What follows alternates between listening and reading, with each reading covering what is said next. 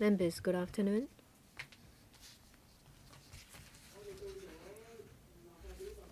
It's the appointed time for the House Committee. We have a quorum. I call the meeting to order. Item 1, matters arising. Last time when I talked to the Chief Secretary, he thanked members for their comments in the anti-chamber exchange session on the 8th of January on a number of important issues such as development on tourism, art, culture and creative industry, as well as sports and the promotion of a silver economy. The government will seriously consider these views. The Chief Secretary also indicated that the Deputy Chief Secretary indicated when he talked to the media after the anti-chamber exchange sessions that there will be enhancement measures. In the future, there will be group discussions on the basis of panels. Bureau directors and panel chair will work out the topics for discussion. They will jointly chair the group discussion and meet the media afterwards. The administration will flesh out details with the electrical secretariat. The Chief Secretary also thanked members for agreeing with the enhanced arrangement. He expects that with the enhancements, the anti-chamber exchange sessions will be more effective in boosting exchanges for better governance. Item 2, Legal Service Division Report on Subsidiary Legislation. There are 2 items of subsidiary legislation.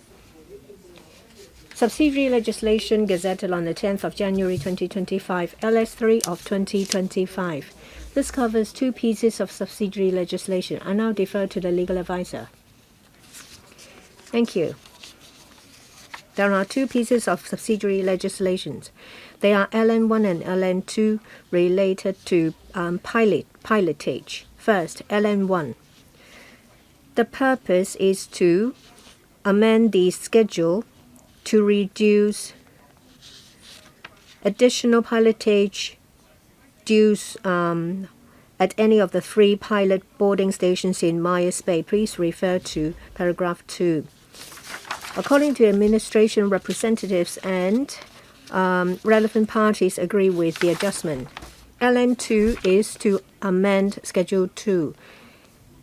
The radius of the area of the pilot boarding station of Black Point will be extended from 0.5 nautical mile to 1 nautical miles. This is to better align with operational needs of pilots as well as to enhance navigational safety. The panel on economic development was consulted on the 3rd of December. Members did not raise any issues. These will come into operation on the 21st of March this year. We have not identified any legal and drafting difficulties relating to these 2 legal notices. Thank you. Members, anyone who wants to set up a subcommittee on the subsidiary legislation? If you would like to, please raise your hands. If not, then I'd like to draw your attention to this. The deadline for amendment of the 2 pieces of subsidiary legislation is the council meeting on the 12th of February. Item 3, business for the council meeting of 22nd of January 2025. That is next Wednesday.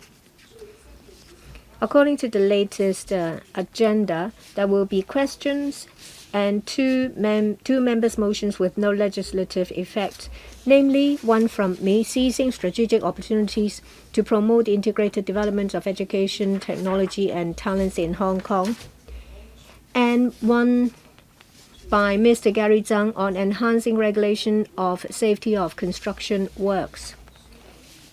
In addition to that, we have a House Committee report number 2 of 2025. It will be laid on the table of the Council.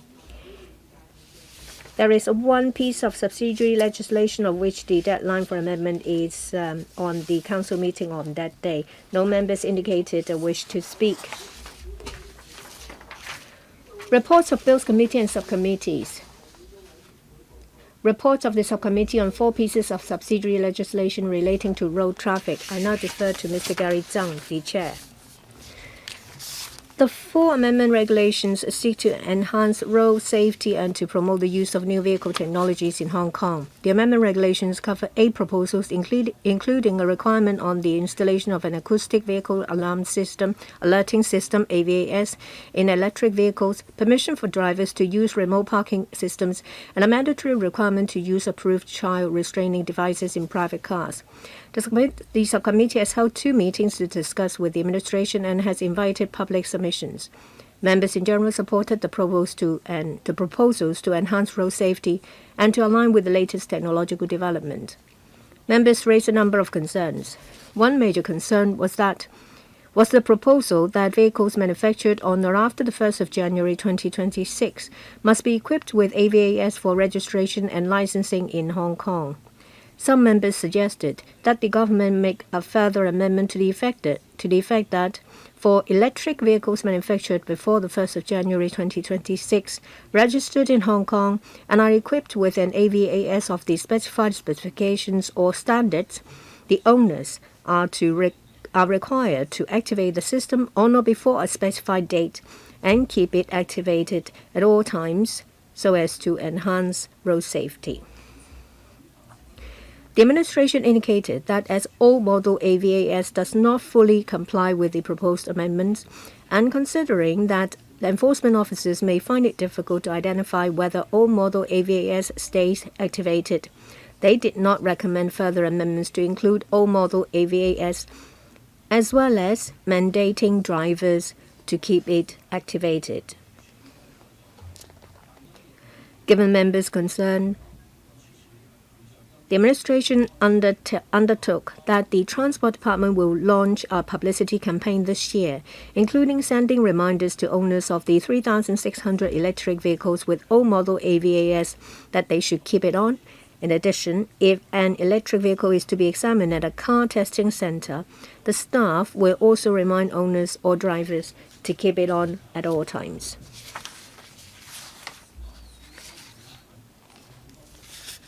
The subcommittee has made a number of suggestions and urged the administration to follow them up.